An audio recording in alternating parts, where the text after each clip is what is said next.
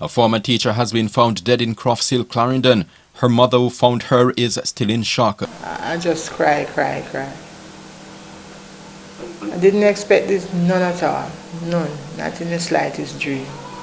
And the passing of the former educator is being felt also at the school where she worked for 11 years. She gave me a hug, and I was so surprised because I was saying, you know, we have a bond, but we never, you know, she never hugged me that way before. Before we tell you more about that, we encourage you to subscribe to our YouTube channel right now for updates on this and other stories.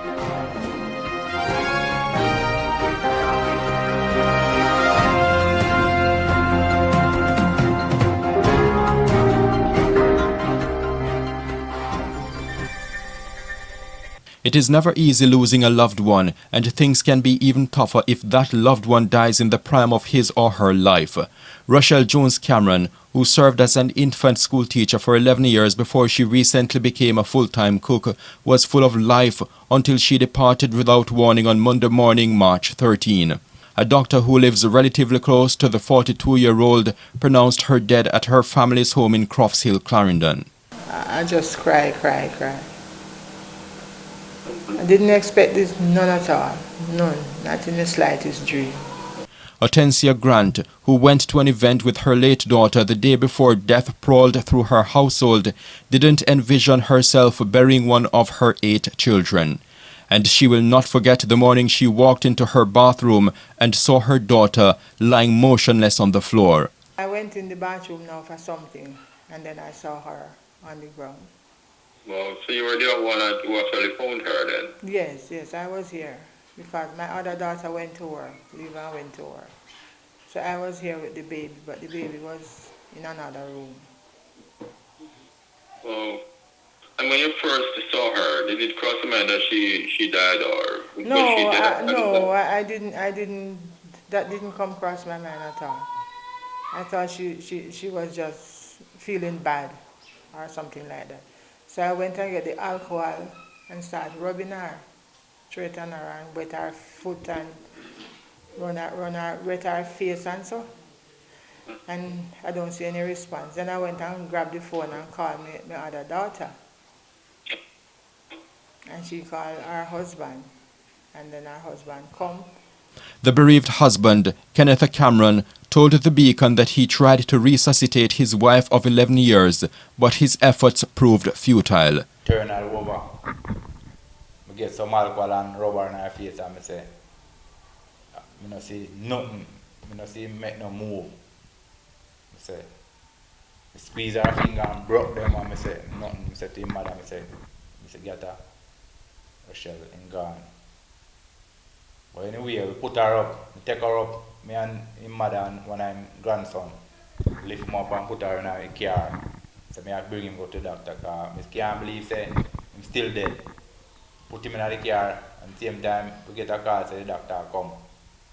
So by the time we could put him in the car, here come the doctor. And the doctor go inside and look on her and say, I'm dead. Cameron apparently was the last one to see his wife alive. They spoke with each other a few hours earlier while he rushed out of the house unusually early to do something for a friend. My next version is going to farmer. So he called me and said 7 o'clock, he want me to come pick up some tool. So I say 7 o'clock because the man, he might go back and he might go away about 15 after 7. So he want me carry me if you go know where to find the tool them. So I get up early in the morning from about 6 o'clock. And I say, I'm wake up and I say, Rochelle, I first you wake so early man. And she say, yeah man. And he say, turn in our bed, like more man. And I say, alright, I lie down. So till about 7:15. And same time I hear the van come and he said to me, he say, Ken, hear the van come. And I say, I soon come man. And he stop, he call me, he pull on the front window and he call me and say, he call me at the window and say, remember, chop the pork, 3 pounds of pork for him. And I say, yeah man, as I come man, I chop out here and put it in our fridge.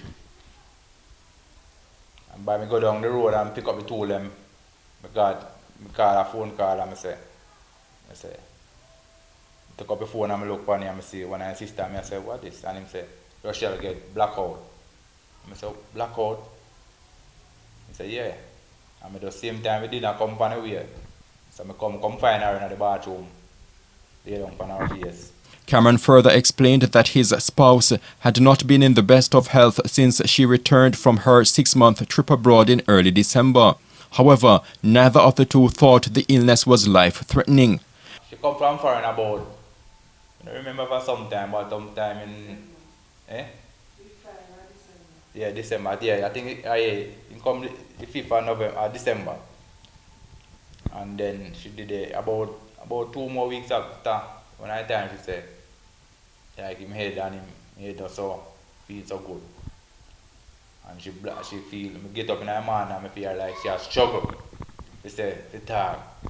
And I say, I call the next sister because she did live here, and I call her man and I wake up, I cup and call him and say, Rochelle, sick.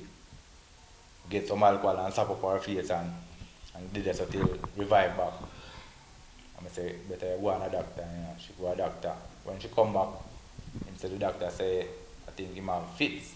So I say, I just laugh and say, big people like you know would have fits. I don't know, as 42-year-old say you have fits. So I say, I'm not paid, no mind, because just look.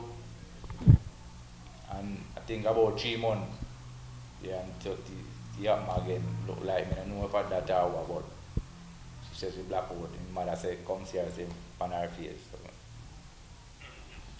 yeah. The late Jones-Cameron, who attended Croft Hill Primary and Junior High School, as well as Claude McKay High, had a passion for teaching, which she did for 11 years at the Croft Hill Early Childhood Institution. She stopped teaching late last year and became a full-time cook. But her passing is still being felt at the school, where she made a lasting impact.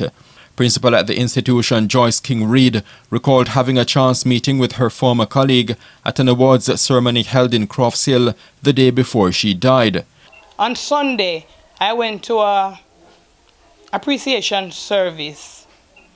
And after the service, she came to me and she said, come let me hug you. Come let me hug you, because the chairman said that we should hug someone before we leave.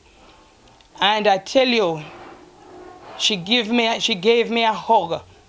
And I was so surprised, because I was saying, you know, we have a bond, but we never, you know, she never hugged me that way before. So, you know, when I heard that she died, she passed, I was surprised. I was so shocked about her passing.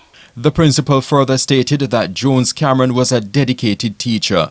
Rochelle Jones-Cameron. She was a hard-working teacher. She was a no-nonsense teacher. Whenever it come on to the children, she would go the extra mile. She will go the extra mile for them to learn. That is how she was.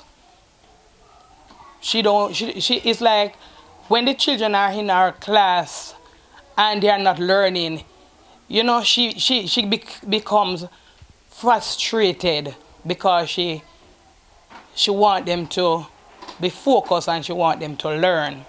Jones-Cameron helped to nurture many children, but she didn't have any of her own. It is said that she was deeply family-oriented. One of her nieces, in an interview with the Beacon, said her late aunt always encouraged her to aim high.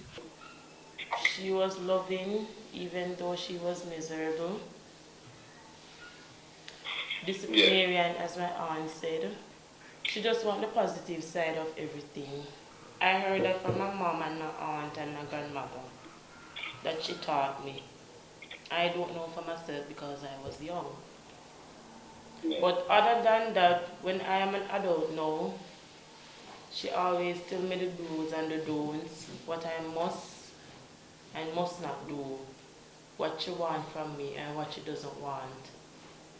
Donique Jones, a sister of the deceased, joined in speaking highly of her. She's a disciplinarian, that's the first thing. She's very firm and a very outspoken person, and she's very much into family.